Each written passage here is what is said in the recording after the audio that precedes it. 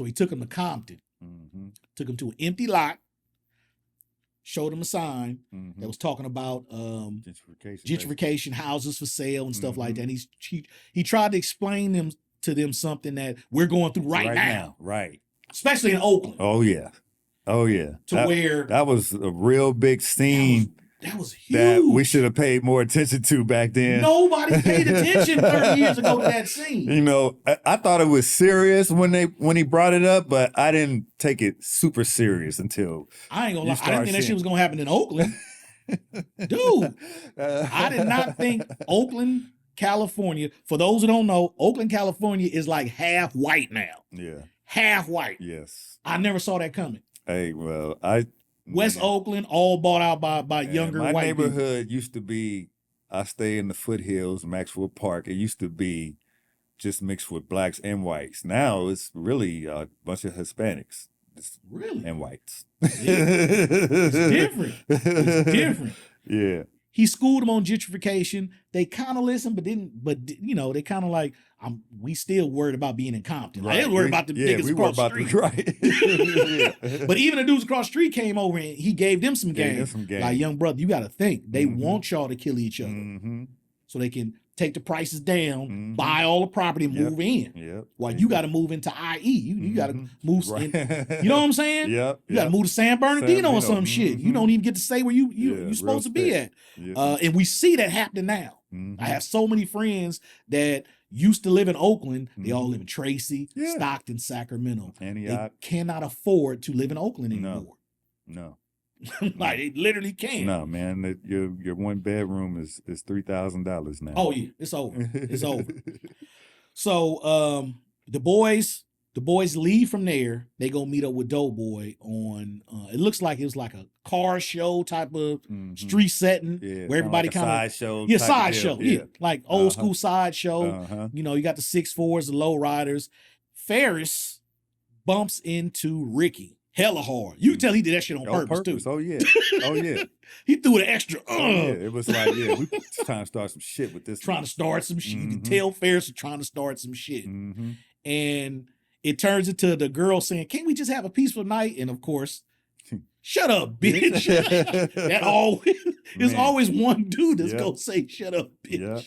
It don't matter. Of course, it was Doughboy because he's used to fat fuck. Of course, it was Doughboy. Doughboy has no respect for anybody. Even the girl that's in the car with him, Regina King's character, he was calling her a bitch. Shut up, bitch.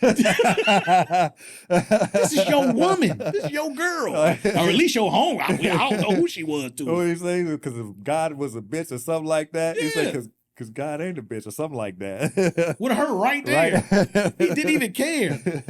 So they get into an altercation. Ferris, they go past. Q pulls the gun. We got a problem here. They was like, nah, they put the gun away. Everybody walks away. Ferris shoots the Uzi in the air. Everybody takes off. Now, what I didn't find out till later, researching the movie, was that was unscripted. Yeah. The shooting part. I found that out too. John didn't tell them that was about to happen. Right. So the real reaction that we saw was a real reaction. Yeah.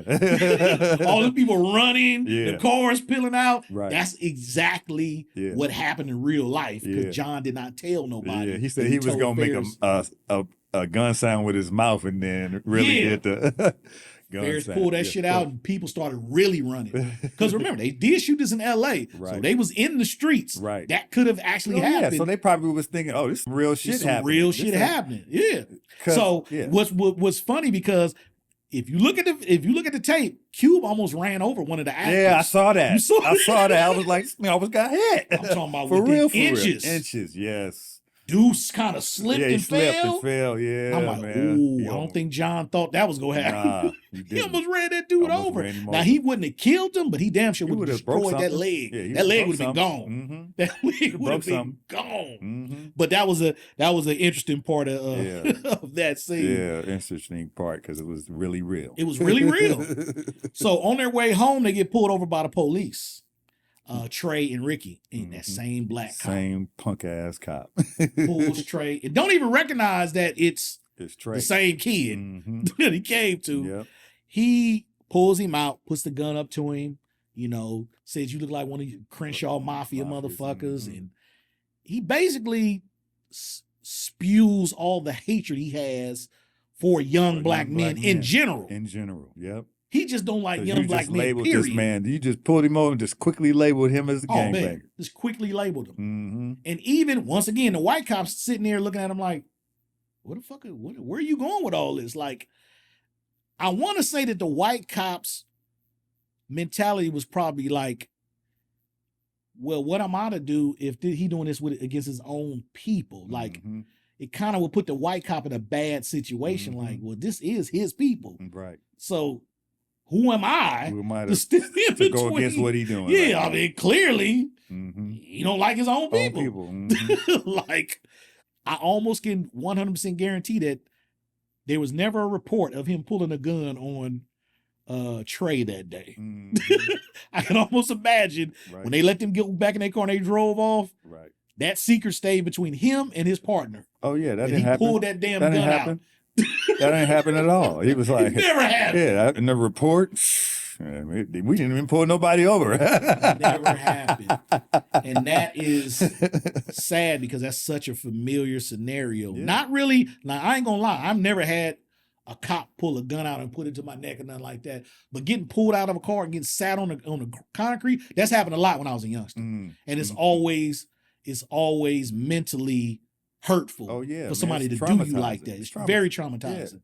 Yeah. You got your L's, everything legit, but sit your ass on the curb anyway. Oh yeah, I remember they did me like that when I first got the Beamer, man. I got the Beamer and they had, no reason to treat me like they was treating me, yo. I was polite. I had a couple cats with me. They was polite and everything. Cold part about it, they didn't have them sitting on the curb. They just had me sitting on the curb. Like what? Yeah. I mean, I'm keeping it a buck. My friends was light skinned. They was light bright. You got the Steph Curry love. I got they had the Steph Curry love, man. I got treated like dark Gable. Shout out to Steph Curry. Yeah, what's up? Yeah, man, but I mean, they cold out there with the trying to prove that, they could be hard. I remember in 90, I want to say it was 96 or 97, we got pulled over we were trying to get to Concord Pavilion to go to the Smoking Grooves. Remember the Smoking Grooves? Yeah. First time going to some shit like that, hella juice. I'm a hip hop head. I'm loving it. We get pulled over. Get out the car. One of the people that was with me had the 4-way search clause, so they can search the whole car. Get out of here. Oh yeah, it was ugly. I didn't even know one of my partners had that type of clause on him, to where everybody gets searched, and they searched the car